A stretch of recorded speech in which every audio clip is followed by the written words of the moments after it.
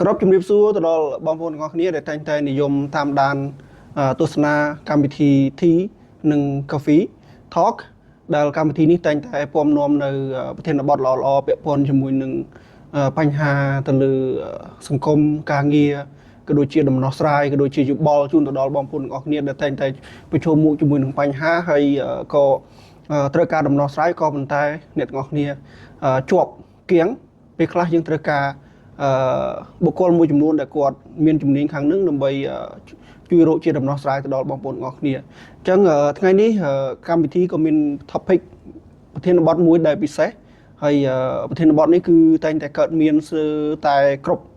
ចឹងនិយាយរួមទៅគឺគ្រប់មនុស្សទាំងអស់ប្រជាជនរបស់យើងទាំងអស់តែងតែប្រឈមពេលខ្លះវាមានកម្រិតតិចកម្រិតមធ្យមហើយនិងកម្រិតខ្ពស់ជារួមទៅគឺកើតមានច្រើននៅក្នុងសង្គមរបស់យើងបច្ចុប្បន្នហើយប្រធានបទដែលយើងនឹងលើកឡើងមកថ្ងៃនេះគឺពាក់ព័ន្ធជាមួយនឹងបញ្ហា stress ដែលភាសាខ្មែររបស់យើងបកប្រែមកថាភាពតានតឹងនៅក្នុងខ្លួនរបស់យើងអញ្ចឹងជាមួយគ្នានឹងដែរគឺយើងមានបងប្រុសបងបុតគាត់ចូលរួមជាវាគ្មិនដើម្បីដោះស្រាយពាក់ព័ន្ធជាមួយនឹង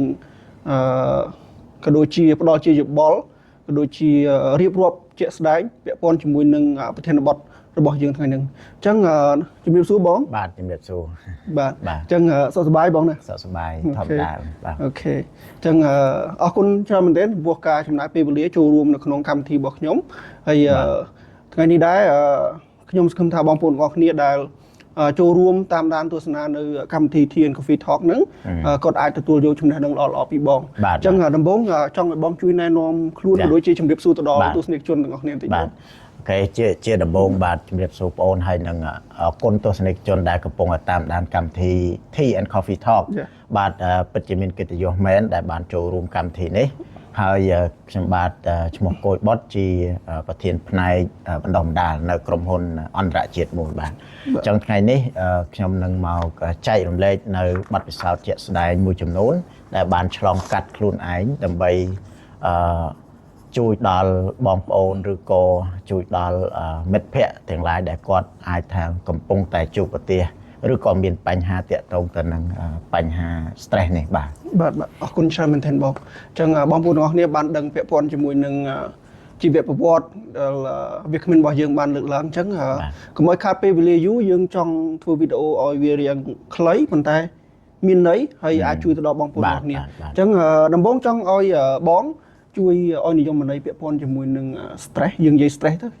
បកប្រែជាខ្មែរមកវាពិបាកបើនិយាយ stress យើងអាចនិយាយថាមនុស្សទូទៅនៅក្នុងប្រទេសកម្ពុជារបស់យើងប្រហែលជាគាត់ understand យល់បាទអរគុណបងប្អូនល្អតាក់ទងនឹងសំណួរហ្នឹងអញ្ចឹងខ្ញុំចង់បញ្ជាក់តាក់ទងទៅនឹង stress ហ្នឹងគឺយើងអាចឲ្យនិយមន័យបានថាភាពធុញថប់ភាពតប់ប្រមល់នៅក្នុងអារម្មណ៍ដែលកើតឡើងពីបញ្ហាឬក៏កត្តាជាច្រើនទៀតបាទកត្តាដទៃទៀតបាទអញ្ចឹងនេះជាយមន័យខ្លីៗបាទអូខេអរគុណច្រើនមែនទែនអញ្ចឹងពាក់ព័ន្ធជាមួយនឹងយមន័យរបស់បងបានលើកឡើងមិញគឺពាក់ព័ន្ធជាមួយការធុញថប់មិនសុខក្នុងខ្លួនមែនណាបងអូខេផ្សារភ្ជាប់ជាមួយនឹងសំណួរទី1នឹងផងដែរបងអាចផ្ដល់ជាចំណុចមួយចំនួនពាក់ព័ន្ធជាមួយនឹងតើកត្តាអីខ្លះដែលធ្វើឲ្យមនុស្សម្នាក់ៗមានអាភាពតានតឹង stress នៅក្នុងខ្លួនអូខេអរគុណសំណួរល្អបើយើងមើលឲ្យច្បាស់មើលឲ្យស៊ីជម្រៅទៅគឺមានកត្តាច្រើនប៉ុន្តែខ្ញុំលើកឡើងតែ2កត្តាធំទេទី1គឺកត្តាការងារបាទទី2គឺកត្តាគ្រួសារអញ្ចឹងកត្តាទាំងពីរនេះជះឥទ្ធិពលច្រើនទៅលើបញ្ហា stress នេះបាទអញ្ចឹងយើងនឹងទៅជែកគ្នាបន្ថែមតាក់ទងកត្តាទាំងពីរនេះបាទអូខេអរគុណច្រើនមែនទែនអញ្ចឹងបងបានលើកឡើងហើយពាក់ព័ន្ធជាមួយនឹងកត្តាដែលធ្វើឲ្យយើង stress នោះវាមានច្រើនប៉ុន្តែបងសង្កត់ធ្ងន់មានតែ2ចំណុចទេទី1គឺការងារទី2គឺគ្រួសារខ្ញុំបើកវងកញ្ចក់តិចទៅពាក់ព័ន្ធជាមួយនឹងកត្តា2ហ្នឹងយើងឃើញថាគឺយើងជួបជាក់ស្ដែងតែម្ដងទី1យើងមានការងារយើងមានសម្ពាធច្រើនទី2អ្នកដែលអត់សូវមានការងារធ្វើយើងអាចនិយាយគាត់គឺជាកសិករនៅផ្ទះប៉ុន្តែគាត់មានគ្រួសារដែលត្រូវទទួលបន្ទុកអញ្ចឹងធ្វើឲ្យគាត់ត្រូវមានគេហៅថាទំនួលខុសត្រូវច្រើនបង្កមានបញ្ហា stress អញ្ចឹងបន្ទាប់មកទៀតសំណួរទី3ភ្ជាប់ជាមួយនឹងកត្តាចង់និយាយថានៅពេលដែលយើងដឹងពាក់ព័ន្ធជាមួយនិយមន័យកត្តាថាតើវាមានបញ្ហាអីខ្លះកើតឡើងចំពោះពួកគាត់នៅពេលដែលគាត់មាន បញ្ហាទាំងអស់ បញ្ហាទាំងអស់នឹងក្នុងខ្លួនរបស់គាត់ អរគុណបងអូនអញ្ចឹងកន្លែងនេះគឺសំខាន់មែនទែនបើយើងអង្កេតមើលជាក់ស្ដែងតាក់ទងទៅនឹងគេហៅថារោគសញ្ញាណាបាទរោគសញ្ញាដែលមានផលប៉ះពាល់ឬជះឥទ្ធិពលដល់គាត់ផ្ទាល់ហ្នឹងបើយើងនិយាយពីកន្លែងការងារគឺគាត់អត់សូវផ្ដោតបើយើងនិយាយអំពីភាសាអង់គ្លេសគេថា unproductive person ឬក៏ unproductive time សម្រាប់គាត់ហ្នឹងនៅពេលដែលគាត់មានបញ្ហា stress ច្រើនអញ្ចឹងគាត់ទៅជា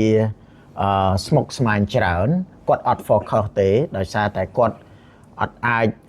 manage តាក់ទងទៅនឹងពេលវេលា manage តាក់ទងទៅនឹងគេហៅថាកិច្ចការរបស់គាត់ហ្នឹង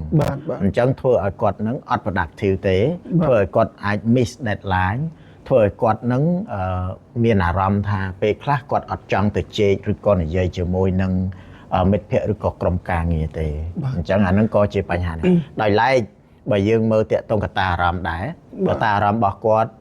មានអារម្មណ៍ថាគាត់ឆេវឆាវពេលខ្លះគាត់អត់អាច control អារម្មណ៍ខ្លួនឯងបានដោយសារតែគាត់មានបញ្ហា stress អញ្ចឹងនឹងគឺជាកត្តាមួយចំនួនដែលអាចជាឥទ្ធិពលដល់គាត់បាទបើសិនជាយើងនិយាយអំពីគ្រួសាររបស់គាត់អាចថាពេលខ្លះគាត់មានភាពតប់ប្រមល់ហើយអាចថាមាន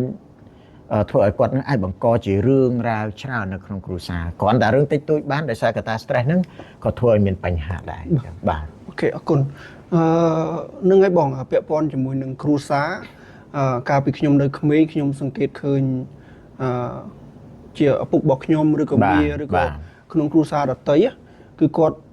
មានបញ្ហា stress ហើយគាត់អត់មានយើងនិយាយថាបច្ចុប្បន្នគឺអត់មាន mentor ឬក៏យើងមានគ្រូឬក៏អ្នកណាមួយដែលអាចផ្ដល់យោបល់ឲ្យគាត់បានអញ្ចឹងទៅគាត់យកពេលហ្នឹងគឺអ្វីដែលគាត់អាច manage មានន័យថាគ្រប់គ្រងអាភាពតានតឹងក្នុងខ្លួនរបស់គាត់បានដោយសារយើងដឹងស្រាប់ហើយកូនច្រើនបាទដីស្រែតិចអត់មានចំណូលអីធ្វើតែម្ហូបរោត្រីក៏មិនបានអីមិនបានអញ្ចឹងគាត់យកអាការ release stress របស់គាត់ហ្នឹងគឺគាត់ទៅផឹកទៅភាសាស្រា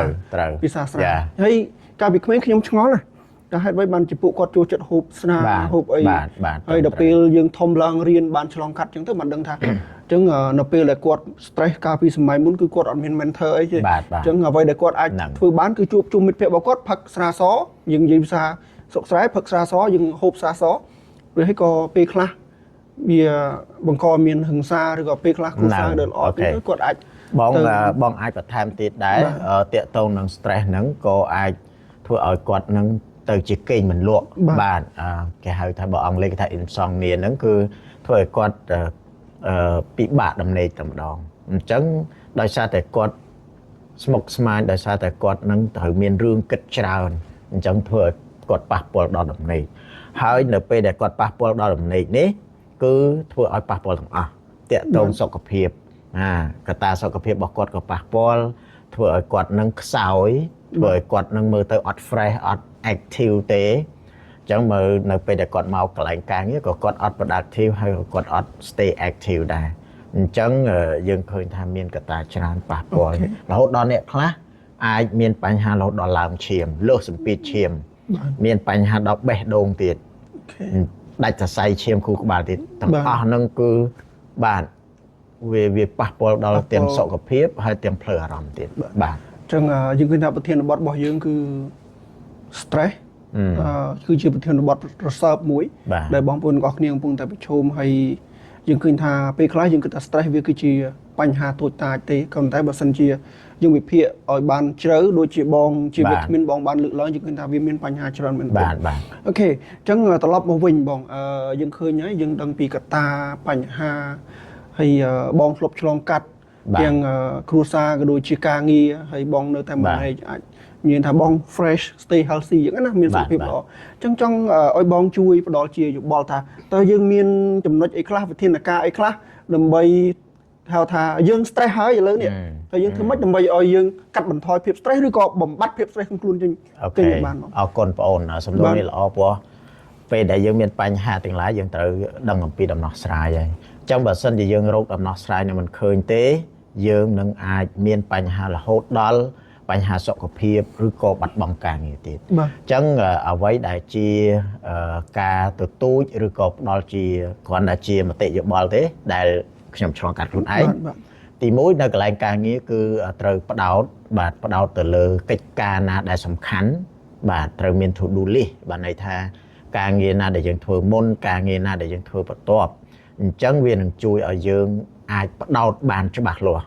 បាទទី2គឺកលេចទៅមើល time management ការគ្រប់គ្រងពេលវេលាជួនកាលយើងគិតថាយើងអត់ពេលទេប៉ុន្តែយើងអត់បានធ្វើការ listing អាកិច្ចការទាំងអស់ហ្នឹងធ្វើឲ្យយើងអត់អាចរៀបចំវាតាមលំដាប់លំដោយអញ្ចឹងធ្វើឲ្យយើងនឹងនៅតែ stress ដោយឡែកនៅពេលដែលយើងមាន to do list ច្បាស់លាស់នៅពេលដែលយើងដឹងថាកិច្ចការណាដែលយើងគួរធ្វើមុនគួរធ្វើបន្ទាប់កិច្ចការណាដែលយើងអាចធ្វើ delegate បានន័យថា delegate ផ្ដល់ឲ្យឬក៏ឲ្យក្រុមការងារចាត់តាំងបាទអាហ្នឹងក៏ជាវិធីសាស្ត្រមួយដែលជួយឲ្យយើង release stress ដែរមួយទៀតតាក់ទងទៅនឹងខ្លួនយើងផ្ទាល់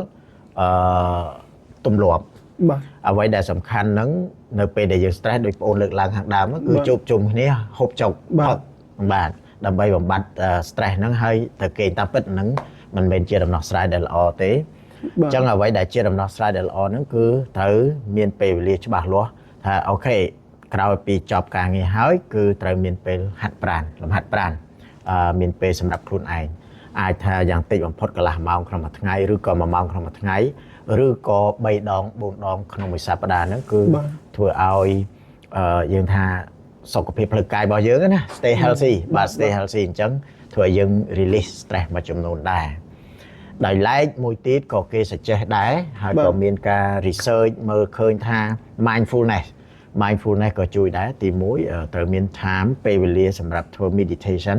ព្រោះ meditation នឹងជួយឲ្យយើង stay present បាទអញ្ចឹងធ្វើឲ្យយើងកាត់បន្ថយនៅការគិតផ្ដេសផ្ដាស់បាទអញ្ចឹងអាហ្នឹងក៏ជាការជួយ release stress ចុងក្រោយគឺការហូបចុកអញ្ចឹងយើងឃើញថាការហូបចុកនឹងជួយមែនតើហូបជាបន្លែផ្លែឈើច្រើនត្រីសាច់ស្រស់ៗហ្នឹងក៏ជួយឲ្យរាងកាយរបស់យើងហ្នឹងបង្កើនថាមពលដែលយើងអាចប្រឆាំងឬក៏កាត់បន្ថយ stress ហ្នឹងដែរបាទអូខេអរគុណច្រើនមែនទែនបងយើងឃើញថាអ្វីដែលបងលើកឡើងហើយរៀបរាប់យ៉ាងក្បោះក្បាយមែនទែនហើយអ្វីខ្ញុំចង់បន្ថែមបន្តិចពាក់ព័ន្ធជាមួយនឹងដំណោះស្រាយហ្នឹងបងប្អូនទាំងអស់គ្នាដែលកំពុងតែជួបបញ្ហាប្រឈមជាមួយនឹងបញ្ហា stress ហ្នឹងបងប្អូនទាំងអស់គ្នាប្រហែលជាគិតឲ្យថាយើងគួរមានវិធីសាស្ត្រអីដើម្បីជួយឲ្យគាត់ហ្នឹងបានធូរស្បើយជប់ stress តាមការពិតទៅអ្វីដែលបងលើកឡើងគឺវាអត់មានរឿងអីដែលវាបាទត្រូវការចំណាយពេលវេលាចំណាយការធនធានទេអូខេដូចយើងទៅ stay focus មានថាយើងផ្ដោតសំខាន់ទៅលើការងារមាន timeline time management ជាភាសាហាត់ប្រាណហើយជាភាសាការហូបចុកឲ្យបានត្រឹមត្រូវអញ្ចឹងវាជារឿងដែលយើងអាចធ្វើបានហើយ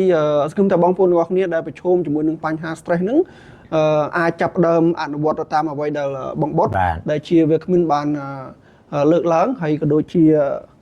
ណែនាំទៅឲ្យបងប្អូនធ្វើទាំងអស់គ្នាអញ្ចឹងណាហើយពាក់ព័ន្ធជាមួយមួយទៀតគឺសមាធិក៏បងបានលើកឡើងដែរគឺ meditation ហ្នឹងគឺពេលខ្លះយើងចិត្តយើងអត់ស្ងប់ចាប់ដើមរវើរវាយ